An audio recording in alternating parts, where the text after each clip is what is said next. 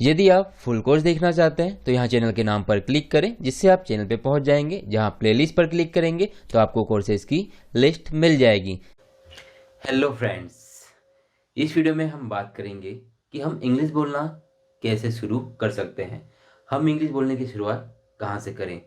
जैसे हर मंजिल की शुरुआत पहले कदम से होती है, ठीक उसी प्रकार से इंग्लिश बोलने की शुरुआत भी इस वीडियो से हम करेंगे।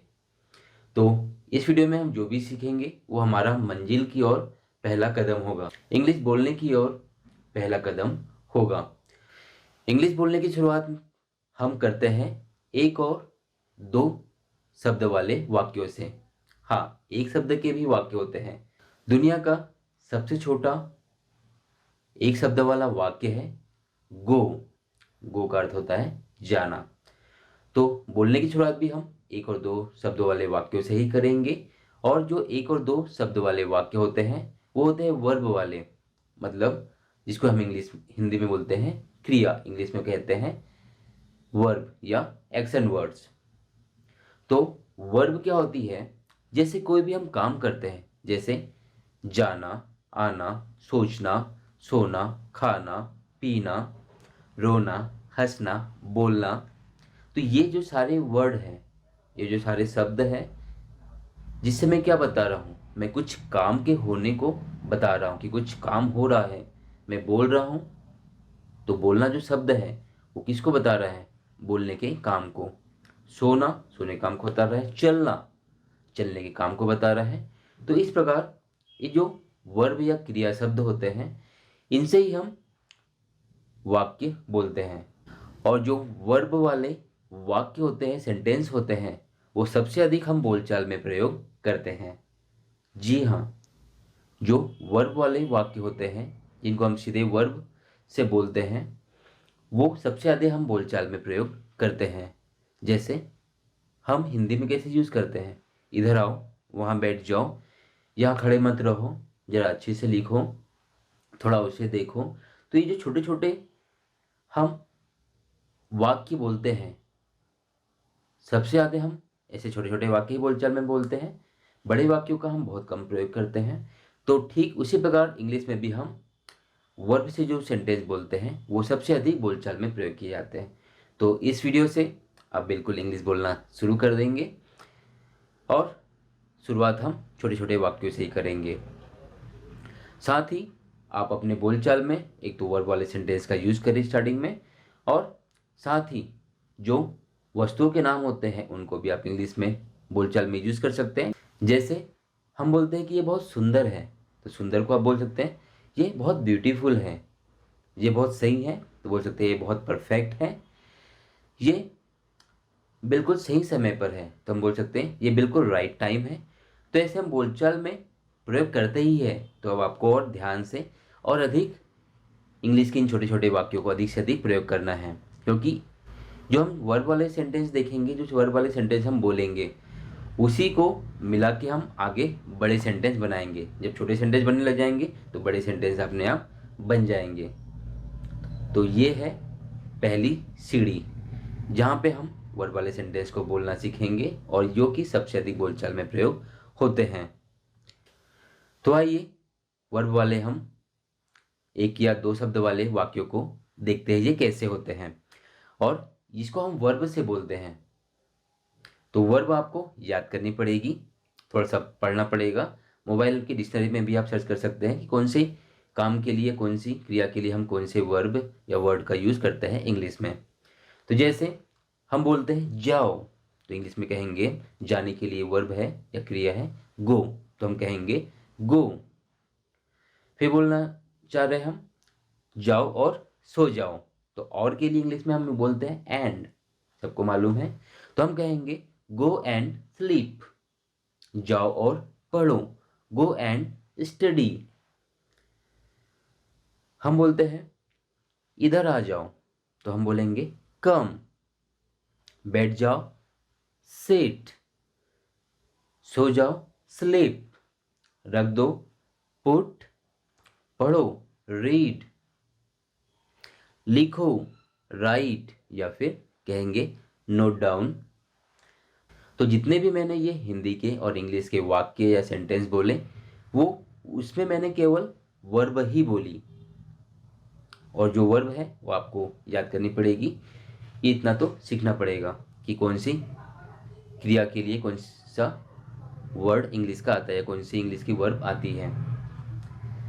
तो इसके अगले वीडियो में मैं आपको सारे वर्ब की वीडियो दे दूंगा, जिसमें सारे वर्ब आपको मिल जाएंगे, जिस पे पढ़ के आप वर्ब्स को याद कर सकते हैं। तो अगला वीडियो में ज़रूर देखें। अब हम इसके बाद बहुत सारे और सेंटेंस देखेंगे और समझेंगे। साथ में हम वर्ब वाले सेंटेंस में एक दो शब्द आगे और एक दो शब्द पीछे लगा के हम अलग अलग प्रकार के वाक्य किस प्रकार से बोलेंगे ये भी हम आगे देखते हैं। आइए अब हम देखते हैं एक और दो शब्द वाले वाक्यों के और बहुत सारे उदाहरण। एक और दो वाक्य वाले शब्दों में जो वर्ब होती है उसके साथ में हम कुछ शब्द का प्रयोग करते हैं जिससे और अर्थ निकलता है। जैसे किसी वस्तु के लिए हम इट का प्रयोग करते हैं जिसका अर्थ होता है यह या इसे। वस्तु का नाम ना बोल के हम क्या बोलते हैं, इट। जैसे हिंदी में ये या इसे बोलते हैं तो हियर बोलते हैं, मतलब यहाँ। देयर वहाँ। अगेन मतलब कोई चीज़ दोबारा बोलना है तो अगेन बोलते हैं। तेज करने के लिए बोलते हैं तो फास्ट। धीरे बोलते हैं तो स्लोली। जोर से कोई चीज़ बोलना है तो लाउडली। अंदर इनसाइड। आउटसाइड बाहर के लिए बोलते हैं। अच्छे से करना है, सही तरीके से करना है तो बोलते हैं प्रॉपरली, अच्छे से। और बहुत सुंदर तरीके से कर रहे हैं तो नाइसली। नाइस मतलब अच्छा, तो अच्छे तरीके से हो रहा है, सुंदर तरीके से हो रहा है तो नाइसली, और सही तरीके से हो रहा है तो प्रॉपरली। अब आपके सामने कुछ वाक्य हैं, आइए देखिए। तो बाहर जाओ, तो जाओ एक क्रिया हो गई, वर्ब है, उसके लिए गो। और बाहर के लिए हमने शब्द कौन सा यूज किया है, आउटसाइड। अंदर आओ तो आने के लिए कम, और अंदर के लिए इनसाइड। तो दो शब्द है, बाहर के लिए आउटसाइड, अंदर के लिए इनसाइड। जाने के लिए गो, आने के लिए कम। तो इस प्रकार पहले हम वर्ब बोलते हैं, जो भी काम कर रहे हैं उसकी वर्ब आ जाएगी। फिर उसके बाद जो भी एक्स्ट्रा अर्थ हम बोल रहे हैं साथ में वो उसका शब्द आ जाएगा। जैसे यहाँ बैठो तो बैठने के लिए सिट, और यहाँ के लिए हियर। तो वाक्यों की शुरुआत आपको वर्ब से ही करना है, उसके बाद फिर जो भी आप अर्थ जोड़ेंगे उसके हिसाब से वो शब्द हो जाएगा। अगले उदाहरण, जोर से बोले, स्पीक लाउडली। अच्छे से लिखे, राइट प्रॉपरली, मतलब सही तरीके से लिख नहीं रहे हो आप तो हम बोलेंगे राइट प्रॉपरली। साफ साफ लिखे तो हम बोलेंगे राइट नीटली। धीरे पढ़ो, रीड स्लोली। इसे खा लीजिए, हैव इट। तो इंग्लिश एक ऐसी भाषा है जिसमें बड़े हो या छोटे हो उसके लिए इंग्लिश का एक ही वाक्य बोला जाता है। जैसे हम हिंदी में छोटे को बोलते हैं खा लो, और बड़े को बोलते हैं हिंदी में इसे खा लीजिए। तो दोनों के लिए आएगा हैव इट या ईट इट। तो जो नॉर्मली कुछ चखने खाने के लिए हैव इट का बोलते हैं। इसे ट्राई करें, ट्राई इट। जल्दी करो, डू इट फास्ट। इसे जल्दी पूरा करो, तो पूरा करने के लिए वर्ब है आपकी कंप्लीट, और इसे के लिए मतलब कोई चीज़ की बात करें तो इट, और जल्दी के लिए फास्ट। Complete it fast.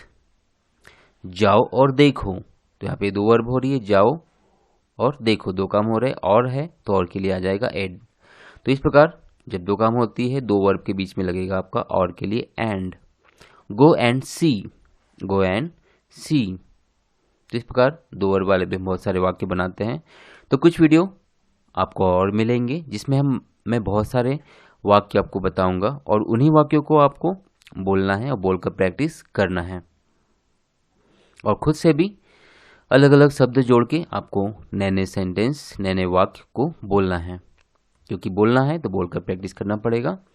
सावधानी से गाड़ी चलाना, ड्राइव केयरफुली। या फिर हम कार की बात कर रहे हैं तो हम इसको ऐसा बोल सकते हैं, ड्राइव कार केयरफुली। धीरे चलाना, ड्राइव स्लोली। कार धीरे चलाना तो ड्राइव कार स्लोली। बाइक के लिए राइड वर्ब यूज करते हैं, राइड राइडिंग। बाइक धीरे चलाओ तो राइड स्लोली। पंखा चालू कर दो,